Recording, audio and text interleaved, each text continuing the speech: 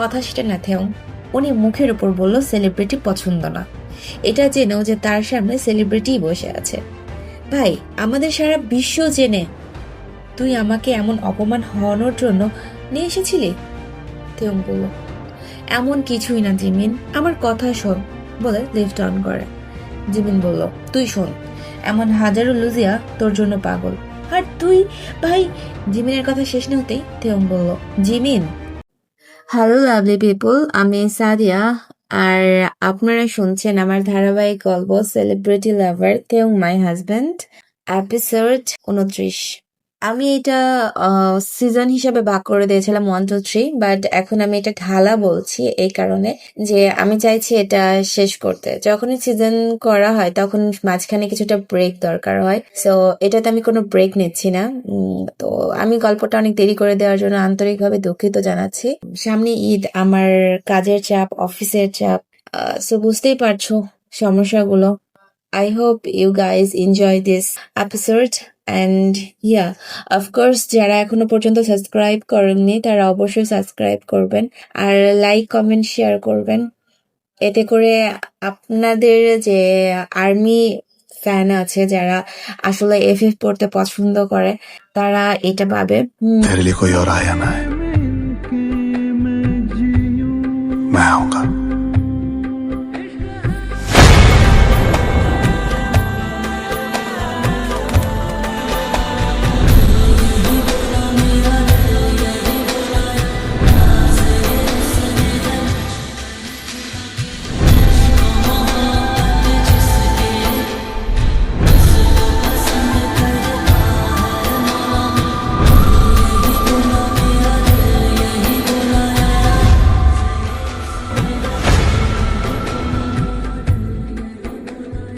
বাবা বলল, দেখুন মিস্টার থেউং, আপনি যেমন সরাসরি কথা বলতে পছন্দ করেন আমিও তাই করি, আর আমি আমার মেয়েকে কোনো সেলিব্রিটির সাথে বিয়ে দেব না। আপনি এখন আসতে পারেন, বলে বাবা উঠে দাঁড়ালে থেউং আর জিমিন উঠে দাঁড়ায়। থেউং আর কিছু না বলে লুজিয়ার দিকে তাকায়। লুজিয়ার চোখে জল ছলছল করছে। থেউং চলে যেতে আবারও পিছন ঘুরে লুজিয়ার বাবার দিকে তাকিয়ে বলল, স্যার, আমি অনেক দূর থেকে এসেছি শুধু আপনার মেয়েকে চাই বলে। যদি আমার ভালোবাসা ফেক হতো বা আমি শুধু লুজিয়ার সাথে যদি ফ্লার্টই করতাম তাহলে আমি আসতাম না। তাই আমার কথা একবার হলো ভেবে দেখবেন, অনুরোধ রইল, বলে বের হয়ে যায়। বাবা ধাম করে দরজা লাগিয়ে লুজিয়ার দিকে কটমট করে তাকায়। লুজিয়া বলল, বাবা।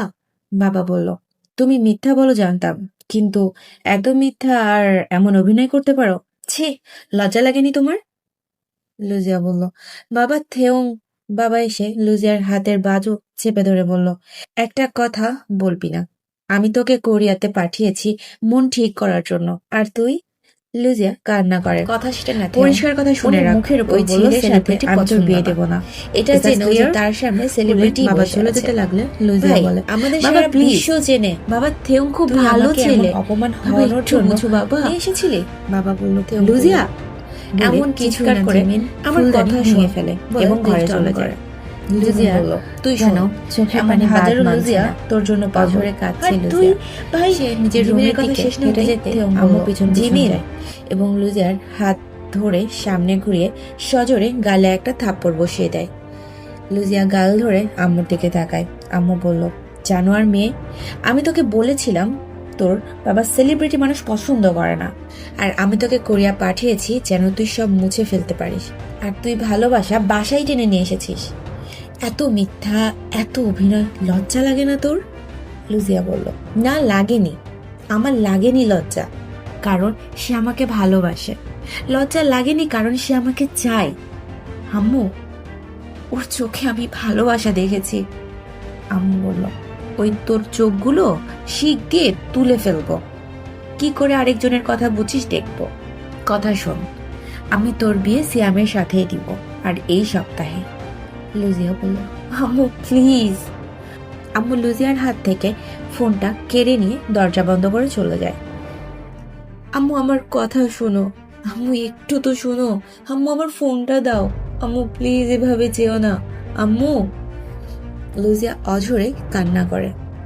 এদিকে জিমিন আর থেউ লিফটে উঠে নিচে নামতে যে জিমিন কিছু সময়ের জন্য লিফটটা পজ করে দেয়। তেয়ং বলল, কি হলো? জিমিন বলল, কি হলো সেটা তুই বল। এটা কি ছিল? তেয়ং বলল, কি ছিল মানে? জিমিন বলল, উনি আমাদের রীতিমতো অপমান করলো। তেয়ং বলল, জিমিন ভাই শোন, সে মেয়ের বাবা, মেয়ের জন্য চিন্তা তো থাকবেই। জিমিন বলল, এই হাজারো লুজিয়ার মাঝে আমার এই লুজিয়াকেই পছন্দ, একটু বোঝার চেষ্টা কর ভাই। জিমিন বলল, আমি আর বুঝতে চাই না, বলে লিফট থেকে নেমেই ট্যাক্সি ডেকে সোজা চলে যায়। থেয়ং বলল, জিমিন ওয়েট। জিমিন ডাকতে ডাকতে জিমিন চলে যায়। থেয়ং অন্য ট্যাক্সি করে হোটেলে গিয়ে দেখে জিমিন লাগেজ গুছাচ্ছে। থেয়ং বলল, কি করছিস তুই? জিমিন বলল, আমি কোরিয়া ফিরে যাব। থেয়ং থেয়ং জিমিনের হাত ধরে এবং বলে, বস আয়। জিমিন বিছানায় বসে। থেয়ং বলল, দেখ জিমিন, তোর রাগ হওয়াটা স্বাভাবিক, তোর জায়গায় অন্য টিম মেম্বার থাকলেও হয়তো একই রিয়াক্ট করতো। আমরা হয়তো এটা ডিজার্ভ করি না, কিন্তু আমি মেনে নিয়েছি। কেন জানিস? কারণ এই কথা যে বলেছে, ওনার মেয়েকে ভালোবাসি আমি। ভালোবাসার যে ফিলিংসটা, এটা যদি তুই ফিল করতি, তাহলে হয়তো এই রাগটা তোরও হতো না। ভাই তুই একটু ভেবে দেখ, বলে থেয়ং উঠে বাইরে চলে যায়। জিমিন বিছানাতেই বসে থাকে। এইদিকে থেয়ং লুজিয়াকে ফোনের উপর ফোন দিচ্ছে, কিন্তু লুজিয়ার ফোন অফ। থেয়ং খুব হতাশ হয়ে যায় এবং বলে, উফ লুজিয়া। থেয়ং ঘন্টাখানেক পরে রুমে এলো, দেখে জিমিন বসে আছে। থেয়ং বলল, জিমিন। জিমিন থেয়ং এর দিকে তাকিয়ে বলল, কি অর্ডার করব বল। থেয়ং বুঝে সে যাবে না। থেয়ং দৌড়ে এসে জিমিনকে জড়িয়ে ধরে। জিমিন ব্যালেন্স করতে না পেরে বিছানায় পড়ে যায়। থেয়ং বলল, থ্যাংক ইউ সো মাচ ভাই। জিমিন বলল, ইটস ওকে, তুই আমার ছোট্ট কালের বন্ধু, এইটুকু তো করাই যায়। যা, তোকে মাফ করলাম। বলতেই দরজায় নক আসে। ওয়েটার ভিতরে এসে দেখে জিমিনের ওপরে থেয়ং। ওয়েটার বলল, I am so sorry sir, I am bothering you. বলেই ওয়েটার পেছনে ঘুরে, আমি কফি নিয়ে এসেছিলাম, আপনারা অর্ডার করেছিলেন। থেয়ং আর জিমিন ওর এমন রিয়েক্ট দেখে অবাক হয়। ওয়েটার কফিটা ভিতরে রেখে চলে যায়। থেয়ং আর জিমিন হাসে। থেয়ং বলল, লোকটা এমন করলো কেন? জিমিন বলল, কারণ তুই আমার ওপরে। থেয়ং বলল, তো? জিমিন বলল, তো আমাদের ওইটা ভেবেছে। থেয়ং বলল, ওইটা মানে? জিমিন বলল, ওইটা মানে ছেলে ছেলে। থেয়ং জিমিনকে ধাক্কা দিয়ে সরিয়ে বলল, ছি, জিমি না, যা হোক ঠিকই বলে, তুই আমার বিয়ে হতে দিবি না। জিমিন হেসে বলল, চিন্তা করিস না, এই স্যারকে তো আমি মানিয়ে ছাড়বো, একটু সময় দে। লুজিয়া খাওয়া দাওয়া টোটালি অফ করে দেয়। লুজিয়াকে আম্মু ডাকতে আসলে লুজিয়ার কোনো কথারই জবাব দেয় না। বাবা লুজিয়ার সাথে কোনো কথা বলছে না। লুজিয়ার বাড়ির কারোর সাথেই কোনো কথা বলে না। পরদিন সকালে বাবা বলল, লুজিয়ার আম্মু। লুজিয়ার আম্মু বলল, বলো।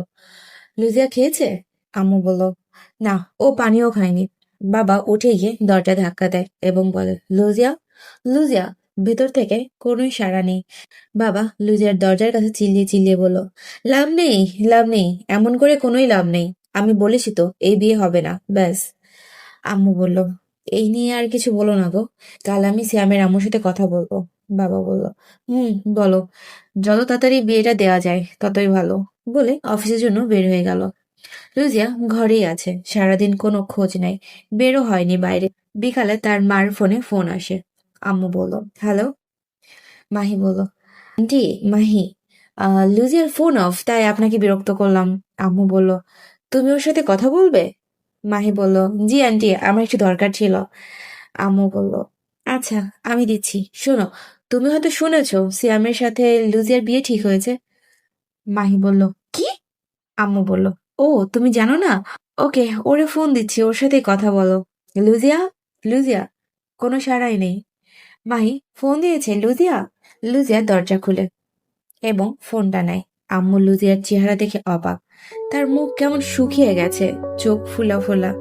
লুজিয়া ফোন নিয়ে আম্মুর কথা না শুনে দরজা অফ করে দেয়। মাহি বলল, লুজিয়া, আমি যেটা শুনলাম সেটা কি সত্যি ভাই?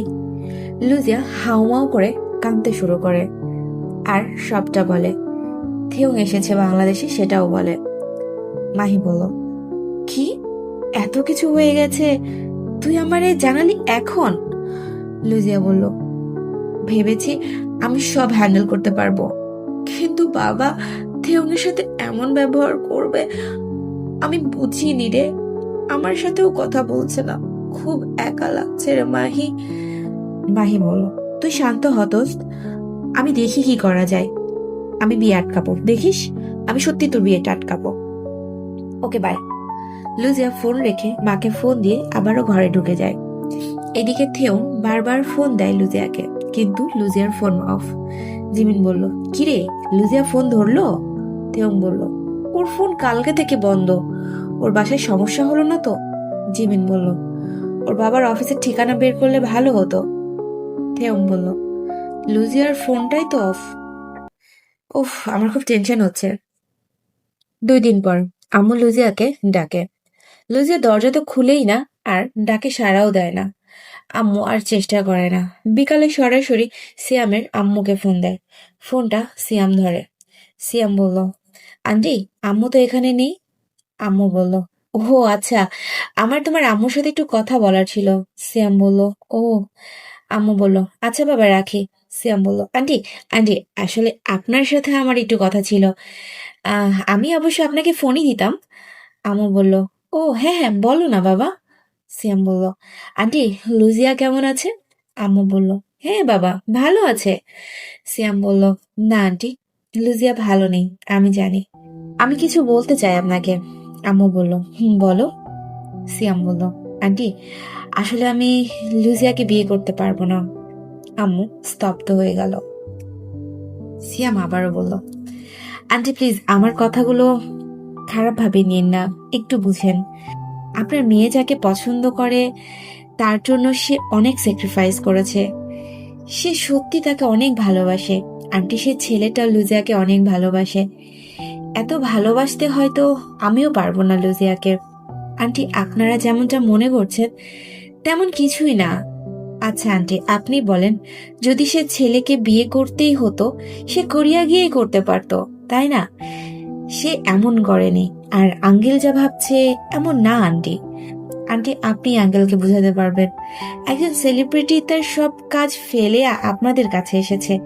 কিছুক্ষণের জন্য সে ছেলের জায়গায় নিজেকে রেখে ভাবেন, যদি সত্যিই ভালো না বাসতো তাহলে সে কি আসতো বলেন? আমার কি মনে হয় বলেন তো আন্টি, সে ছেলেটা লুজিয়াকে সত্যি অনেক ভালোবাসে।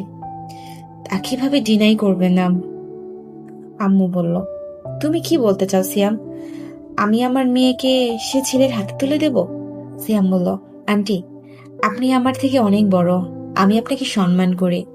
আন্টি সব সেলিব্রিটি একরকম হয় না। হ্যাঁ তারা ব্যস্ত থাকে, কিন্তু তারা ঠিকই এই ব্যস্ততার মাঝে আপনার মেয়ের জন্য সময় বের করে নিবে। আন্টি আপনি অনেক কিছুই জানেন না, বলে লুজিয়ার সে কলেজের কথা বলল যেখানে লুজিয়া হ্যারেস হয়েছিল এবং কলেজ ছেড়ে দিয়েছিল। সবকিছুই বলল সিয়াম। আম্মু তো অবাক। সিয়াম বলল, আন্টি আপনি বুঝছেন আমি কি বলছি? লুজিয়ার জন্য এই জিনিসগুলো সহ্য করা সোজা ছিল না, একটু বুঝেন। আম্মু ধীর গলায় বলল, লুজিয়া পরশুদিন থেকে না খেয়ে আছে। আমি আমার স্বামীর বিপক্ষে যেতে পারবো না। তুমি আমার মেয়েকে বিয়ে করবে না সেটা আমি লুজিয়ার বাবাকে বলে দেব, আর তুমি তোমার মা বাবাকে বলে দিও। রাখছি। বলেই আম্মু ফোনটা রেখে দিয়ে গভীর চিন্তায় মগ্ন হয়ে যায়। এইদিকে জিন ভিডিও কল দেয়। তেয়ং বলল, ও নো জিমিনা, এখন কি করব? জিমিন বলল, উফ, জিন যদি জেনে যায়। তেয়ং বলল, ওকে আমরা শুয়ে থাকি আর বলি আমরা আজ বাইরে বের হইনি। জিমিন বলল, ইয়েস ইয়েস গুড আইডিয়া। দুজন কম্বলের নিচে গিয়ে ফোন রিসিভ করে এবং জিমিন খুব সুন্দর করে মিথ্যা বলল। জিন ধরতেই পারেনি। এইদিকে সন্ধ্যা 7টা বাজে। বাবা অফিসে গিয়ে আজ একটাও ফোন দেয়নি, বাসায়ও আসেনি। লুজিয়ার মা ফোন দিচ্ছে, ফোনও ধরছে না। থেয়ংও ভালো নেই। ওরা সন্ধ্যায় নিজেদের মেকআপ নিয়ে বাইরে যায় ঘুরে ফিরে। লুজিয়ার ফোন অফ, ওর জন্য তার কোনো কাজে মন বসছে না। থেয়ং বলল, তাহলে কি লুজিয়াকে আমার হারাতে হবে? জিমিন বলল, এমন বলিস না, শোন, এখন একটা কাজ করি, আমরা গড়িয়া ফিরে যাই। এরপর যখন লুজিয়ার ফোন খুলবে ওর সাথে কথা বলে না হয় আমরা আবারও আসবো, কি বলিস তুই? থেয়ং বলে, হুম, ঠিক আছে, আমি অনলাইনে কালকে টিকিট কাটছি। অন্যদিকে মাহি সিয়ামের সাথে কথা বলে। মাহি বলল, সিয়াম, আন্টিকে সব বলেছ? সিয়াম বলল, হ্যাঁ রে, সবই বলেছি। তুমি যা বলেছো সেগুলো সবই বলেছি। মাহি বলল, আন্টির কথা শুনে কি বুঝলে? সিয়াম বলল, আন্টির মন একটু নরম হয়েছে, এখন আঙ্কেল রাজি হলেই হয়। মাহি বলল, তুমি ভাবতেও পারবে না লুজিয়া থেওং এর জন্য কেমন পাগল।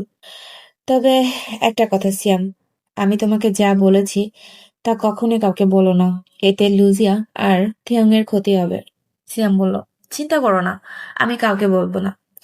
এইদিকে রাত 11টা বাজে গেল। লুজিয়ার বাবা বাসায় আসেনি এখনো। আম্মু অফিসে ফোন দিয়ে শুনেছে সন্ধ্যা 7টায় উনি চলে গেছে। আম্মুর অবস্থা আরো খারাপ, বাবা এখনো পর্যন্ত বাসায় ঢোকেনি। মোট কথা এই সময়টাতে কেউ ভালো নেই। আম্মু খাবার নিয়ে বসে থাকতে থাকতে চোখ লেগে আসে। এমন সময় বেল বেজে ওঠে। আম্মু দৌড়ে দরজা খুলে দেয়। দেখে লুজিয়ার বাবার মুখটা খুবই শুকনো, টাইটা ঠিক নাই, শার্টে মাটির দাগ, চুলগুলো এলোমেলো। আম্মু ভয় পেয়ে গেল।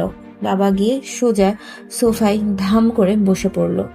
আম্মু পানি নিয়ে বাবাকে দিল। বাবা একটা নিঃশ্বাস ফেলে বলল, না, পানি খাবো না। বুঝলে লুজিয়ার আম্মু, আমার ম্যানেজারের মেয়ে সুসাইড করেছে, তাকে মাটি দিয়ে আসলাম। আম্মু চমকে যায়। আম্মু বলল, কি বলো তুমি? বাবা বলল, একটাই মেয়ে ওর, একটা ছেলেকে খুব ভালোবাসতো, বিয়েও করতে চেয়েছে নাকি, কিন্তু শহীদ সাহেব মানা করাতে মেয়ে নিজেকে ঘরে বন্ধ করে দেয়। আজ সকালে সারাদিন ঘর থেকে বের হয়নি, খায়ও নি। ওরা দরজা ধাক্কা দেয়, কোনো সাড়া না পেয়ে দরজা ভেঙে ফেলে, দেখে মেয়ে ফ্যানের সাথে ঝুলছে। সন্ধ্যায় অফিসে ফোন দিয়েছে, আমরা গেলাম। উফ, লুজিয়ার আম্মু, আমার শহীদ সাহেবের কান্না দেখে ভিতরটা ফেটে যাচ্ছিল গো, একটাই মেয়ে ওর। আচ্ছা, লুজিয়া কি খেয়েছে? আম্মু কান্না করতে করতে বলে, সেও সারাদিন ঘর থেকে বের হয়নি, কথার জবাবও নিচ্ছে না, খায়ও নি। বাবা চমকে বলল, কি বলছো তুমি? বাবা দৌড়ে গেল, লুজিয়া, লুজিয়া, লুজিয়া, লুজিয়া, দরজা খুলো বাবা। কোনো সাড়া নেই। বাবা ভয় পেয়ে গেল। বাবা বলল, লুজিয়ার আম্মু, আমার মেয়ে কোনো কথা বলছে না কেন? আম্মু বাবার চেহারা দেখে ভয় পেয়ে যায়, মনে হচ্ছে এখনই স্ট্রোক করবে। আম্মু বলল, লুজিয়া, দরজা খুল। লুজিয়া, কোনো সাড়া নেই। বাবা বলল, লুজিয়া, মা আমার, দরজা খুল মা, বলে দরজা ধাক্কা দিয়ে ভাঙতে চাইল। এর ভেতর লুজিয়া দরজা খুলে দেয়। বাবা ঘরে ঢুকে লাইটটা অন করে লুজিয়ার কাছে গিয়ে বসে। বাবা বলল, দেখো মা, আমি জানি তুমি কেন ঘরে নিজেকে বন্ধ রেখেছো। লুজিয়া, আমার লক্ষ্মী মা, আমি বা তোমার আম্মু কেউই তোমার খারাপ চায় না। দেখো, তোমাকে এত দূর বিয়ে দেব, তোমাকে আমরা দেখতেও পাবো না। আর মা, প্রতিটা স্ত্রীর সময়ের দরকার, যে সময় সে ছেলে তোমাকে দিতেই পারবে না। লুজিয়া, একটা স্ত্রীর জন্য তার স্বামীর দেয়া সময় কতটা গুরুত্বপূর্ণ সেটা তোমার মাকে জিজ্ঞাসা করো। আমি তো কোনো সেলিব্রিটি না, তারপরেও আমি মনে করি আমি তোমার মাকে সে সময়টা দিতে পারি না যেটা তোমার আম্মুর প্রাপ্য। লুজিয়া, মা আমার, জীবনটা এত সহজ না। তুমি এখন যেটা ভাবছো আসলে বাস্তব এত সুন্দর হয় না মা। জীবন অনেক কঠিন লুজিয়া। তারপরেও যদি তোমার মনে হয় তুমি ওর সাথে ভালো থাকবে, সুখী হবে, তাহলে ঠিক আছে। আমরা কখনোই চাই না আমার মেয়ে এমন কিছু করে বসুক যার জন্য আমাদের দুজনকে সারা জীবন তার দাম দিতে হয়। এবার চলো, খেয়ে নাও, বলে বাবা উঠে যেতে লাগলে লুজিয়ার বাবার হাত ধরে। বাবা তাকালে লুজিয়া বাবাকে জড়িয়ে ধরে। লুজিয়া অঝরে কান্না করে ফেলে, বাবাও কান্না করে, সাথে আম্মু। বাবা লুজিয়াকে নিয়ে টেবিলে বসায়। বাবা বলল, ওরে খেতে দাও, আমি ফ্রেশ হয়ে আসি। বাবা ঘরে গেল। আম্মু বলল, বস, খেয়ে নে। লুজিয়া আম্মুর কাঁধে মাথা রেখে কান্না করে। বাবা ফ্রেশ হয়ে এসে খেতে বসলো। আম্মুর দিকে ইশারা করে বলে লুজিয়াকে তার ফোনটা দিয়ে দেওয়ার জন্য। আম্মু লুজিয়াকে খাইয়ে দিয়ে ঘরে যায়। বাবা বলল, লুজিয়া, জীবনে অনেক খারাপ পরিস্থিতি আসে, নিজেকে সামলিয়ে নিতে হয়। জীবনে যাই করো লুজিয়া, তারপরেও আমার কথাগুলো একবার ভেবে দেখো। যদি কখনো মনে হয় তুমি ঠিক, তাহলে ঠিক আছে। মিস্টার থেউংকে ফোন দিয়ে কাল আসতে বলো, বলে আম্মু লুজিয়াকে তার ফোন দিয়ে দিল। লুজিয়া ফোন নিয়ে রুমে চলে যায়। লুজিয়া ফোন দিতে চেয়ে ফোন দেয় না। বাবার বলা কথাগুলো সে ভাবছে। থেউংয়ের টেক্সটগুলো সিন করে, কিন্তু কোনো কিছুই বলে না। লুজিয়ার তার বাবার কথাগুলো মাথায় ঘুরছিল। এর ভেতর থেউং মেসেজ চেক করতে গিয়ে দেখে সে সিন করেছে, কিন্তু কোনো রিপ্লাই করেনি। থেউং কষ্ট পায়। সে আর টেক্সট না করে কাপড় গুছিয়ে নেয়। পরের দিন তার ফ্লাইট। লুজিয়া সারা রাত জেগে ভোরে ঘুমিয়ে পড়ে। সকালে আর উঠতে পারেনি। লুজিয়ার ঘুম ভাঙে। আম্মু বলল, ঘুম ভাঙলো তোর? লুজিয়া বলল, হুম। আম্মু বলল, কখন ঘুমিয়েছিস? লুজিয়া বলল, আম্মু বাবা কই? আম্মু বলল, বাবা ঘরে কিছু ফাইল দেখছে, তুই ফ্রেশ হয়ে খেতে আয়। লুজিয়া বলল, তুমি যাও, আমি আসছি। এইদিকে থেয়ং এর মন খারাপ। জিমিন বলল, থেয়ং, বেশি ভাবিস না, আমি তো আছি ভাই। এর ভেতর লুজিয়া ফোন দেয়। থেয়ং বলল, জিমিনা, লুজিয়া ফোন দিয়েছে। জিমিন বলল, রিসিভ কর, আর ওর বাবার অফিসের ঠিকানা দিতে বল। থেয়ং বলল, ওকে। হ্যালো। লুজিয়া বলল, কেমন আছে থেয়ং? থেয়ং বলল, কি হয়েছে তোমার জান? ফোনটা অফ ছিল কেন? লুজিয়া বলল, এগুলো কথা ছাড়ো, তুমি কোথায় আছো? থেয়ং বলল, হোটেলেই আছি। আচ্ছা শোনো, তোমার বাবার অফিসের ঠিকানা দাও তো। লুজিয়া বলল, কেন? থেয়ং বলল, আমি কথা বলবো গিয়ে। লুজিয়া বলল, তার দরকার হবে না, তোমাকে একটা ঠিকানা দিচ্ছি, তুমি সেখানে চলে আসো। থেয়ং বলল, কেন? লুজিয়া বলল, বাবা আসতে বলেছে তাই। থেয়ং চমকে বলল, কি, তোমার বাবা আসতে বলেছে? লুজিয়া বলল, হ্যাঁ, আমাদের কথা বলবে, এখন রেডি হয়ে চলে আসো, রাখি, বলে ফোনটা কেটে দেয়। থেয়ং তো মহা খুশি। জিমি বলল, কি হলো ভাই, এত খুশি কেন? থেয়ং বলল, আমার মন থেকে একটা গুড ফিলিংস আসছে, স্যার মনে হয় মেনে নিবে। জিমিন বলল, কি বলিস, সত্যি? থেয়ং বলল, হ্যাঁ ভাই, রেডি হয়ে নে। তাদের কোরিয়াতে যাওয়ার টিকিট ক্যান্সেল করে দেয় এবং রেডি হয়ে যায়। এইদিকে লুজিয়া গিয়ে খেতে বসেছে। বাবা আসে। লুজিয়া বলল, বাবা। বাবা বলল, বলো মা। লুজিয়া বলল, বাবা, তুমি কাল চিন্তা ভাবনা করে ওরে ফোন দিতে বলেছিলে। বাবা বলল, বলেছি। লুজিয়া বলল, বাবা, আমি ওরে ফোন দিয়েছি আর একটা রেস্টুরেন্টে আসতে বলেছি, তুমি আর আম্মু গিয়ে দেখা করো। বাবা বলল, তাহলে তুমি সিদ্ধান্ত নিয়েছো? ঠিক আছে, তো আমি আর তোমার আম্মু কেন, তুমিও চলো। লুজিয়া মুচকি এসে বলল, ওকে বাবা। লুজিয়া নাস্তা করে ঘরে গিয়ে রেডি হতে লাগে। সবাই চলে যায় রেস্টুরেন্টে। থেয়ংরা তখনও আসেনি। বাবা বলল, ওরা কই? লুজিয়া বলল, ফোন দিচ্ছি, ওয়েট, বলে সাইডে গেল এবং ফোন দেয়। হেই, কই তুমি? থেয়ং বলল, চলে আসছি। আরে, এইটা তো রেস্টুরেন্ট। লুজিয়া বলল, জি স্যার, আপনি আসুন, বাবা ওয়েট করছে, বলে ফোন রেখে দেয়। বাবা বলল, কি বলল? লুজিয়া বলল, বাবা এখনই চলে আসবে, আমি একটু ওয়াশরুম থেকে আসছি, বলে ওয়াশরুমে গিয়ে চুল টুল ঠিক করে নেয় লুজিয়া। বাবা দেখে দুইটা ছেলে মুখে মাস্ক পরে, চোখে গ্লাস পরে এবং মাথায় টুপি আসছে। পিছনে বডিগার্ড। জিমিন লুজিয়ার বাবাকে দেখতে পায়। জিমিন বলে, শোন, যা বলবে শুনবি, বলা শেষ হলেই আমরা বলবো, ঠিক আছে? থেয়ং বলল, ওকে ভাই। বডিগার্ডকে বাইরে রেখে ভেতরে আসে তারা। থেয়ং বলল, hello sir. Hello ma'am. Theyong এদিক ওদিক তাকিয়ে দেখছে লুজিয়া এসেছে নাকি। বাবা বলল, বসুন মিস্টার থেয়ং, আগে অর্ডার দিই আমরা। থেয়ং বলল, আমি দিই স্যার, যদি আপনি বলেন। বাবা বলল, ওকে। থেয়ং বলল, এক্সকিউজ মি। ওয়েটার আসলে পিছন থেকে লুজিয়া আসে। থেয়ং এর চোখ সেদিকেই চলে যায়। কালো শাড়ি, চুলগুলো একপাশে ছেড়ে দেয়া, কানে বড় বড় দুল। কি অসম্ভব সুন্দর লাগছে লুজিয়াকে। জিমিন ও থেউং দুজনেই অবাক দৃষ্টিতে তাকিয়ে আছে লুজিয়ার দিকে। জিমিন থেউংয়ের কানের কাছে গিয়ে বলল, she is looking so beautiful. Theung মুচকি হাসে। থেউং বলল, তো স্যার আপনার জন্য। বাবা বলল, আমি চা খাবো। থেউং বলল, ওকে, চা একটা। ম্যাম আপনি? আম্মু বলল, আমিও চা।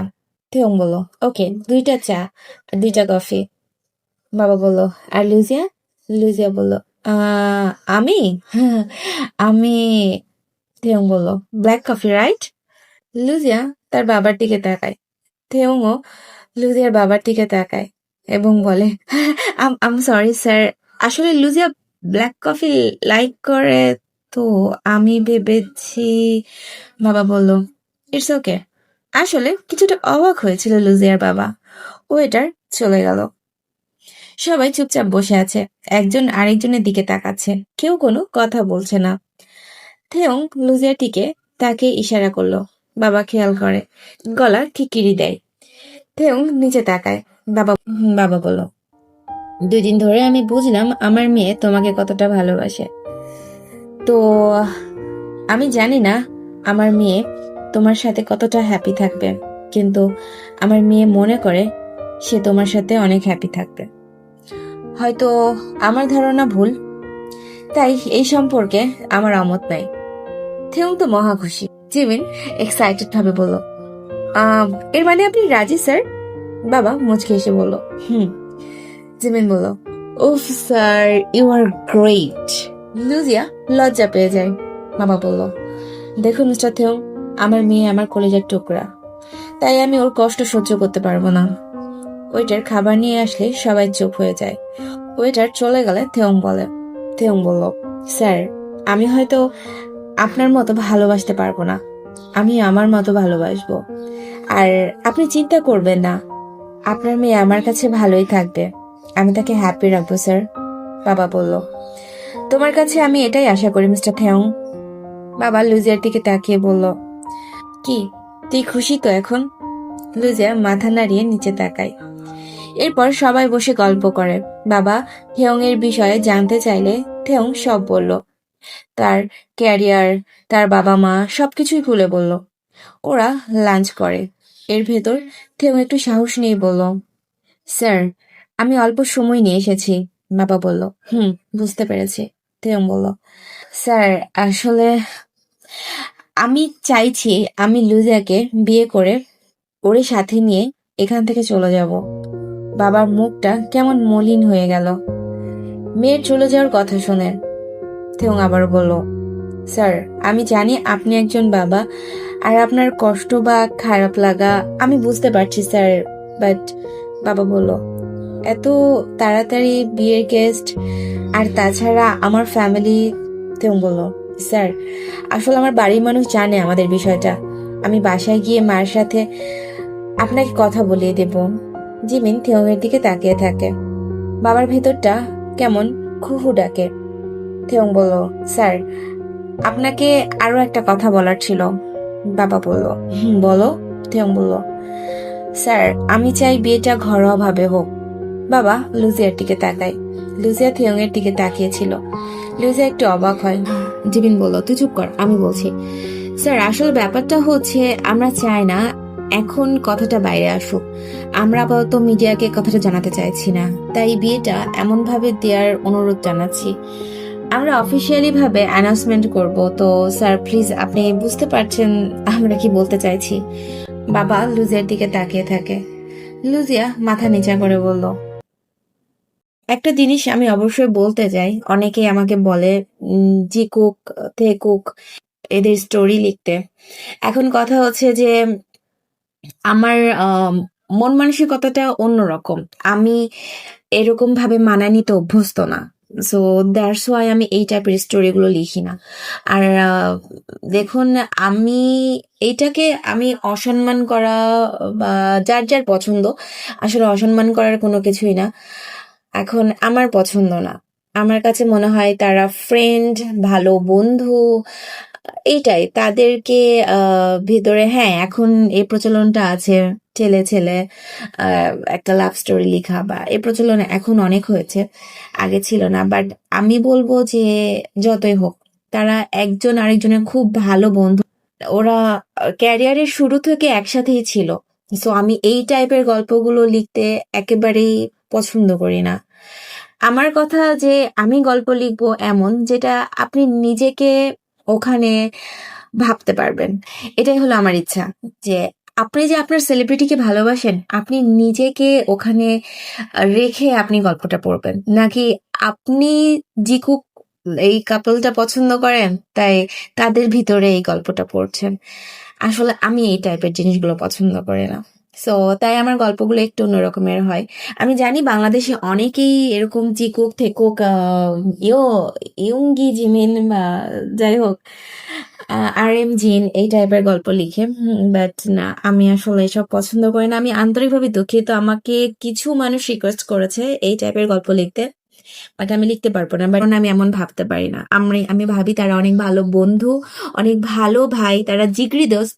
সো তাদের মাঝে এসব জিনিস মানায় না, আর আমি এরকম মাইন্ডে নিয়ে আসতে পারি না। So I am so sorry for those people যারা আমাকে এই ধরনের লিখতে রিকোয়েস্ট করেছে। আমি চাই যে আপনি আপনাকে ভাবুন আমার গল্পে, আপনি আপনাকে কল্পনা করে গল্পটা শুনুন, কল্পনা করে গল্পটা ভাবুন। আর আমি সবসময় বলি যে যখন আমার গল্প শুনবেন আপনি কানে ইয়ারফোন লাগিয়ে শুনবেন, কারণ আমি যে টাইপের সাউন্ড ইফেক্ট দিই বা যে টাইপ ভাবে কথা বলি, আই হোপ আপনারা এটা লাইক করবেন যদি আপনারা এটা হেডফোনে শোনেন। আমি মনে করি এভাবে শুনলে আপনারা এই জিনিসটা বেশি এনজয় করবেন, যেহেতু আমি গল্পটা এডিট করছি না, লাইক আমি ভিডিও এডিট করছি না। সো আপনারা কানে ইয়ারফোন লাগিয়ে চোখ বন্ধ করে জাস্ট গল্পটাকে জাস্ট ফিল করবেন, আর কিছু না। আর আমি আবারও বলছি আই এম সো সরি যে আমি আপনাদের কথা রাখতে পারি নাই। আই হোপ আপনারা বুঝতে পারছেন আমি কি জিনিস পছন্দ করি, কি জিনিস পছন্দ করি না। সবাই ভালো থাকবেন, গল্পটা শেষ পর্যন্ত শোনার অনুরোধ রইল, আর আমার জন্য অনেক অনেক দোয়া করবেন। ঠিক আছে, ওকে, টাটা।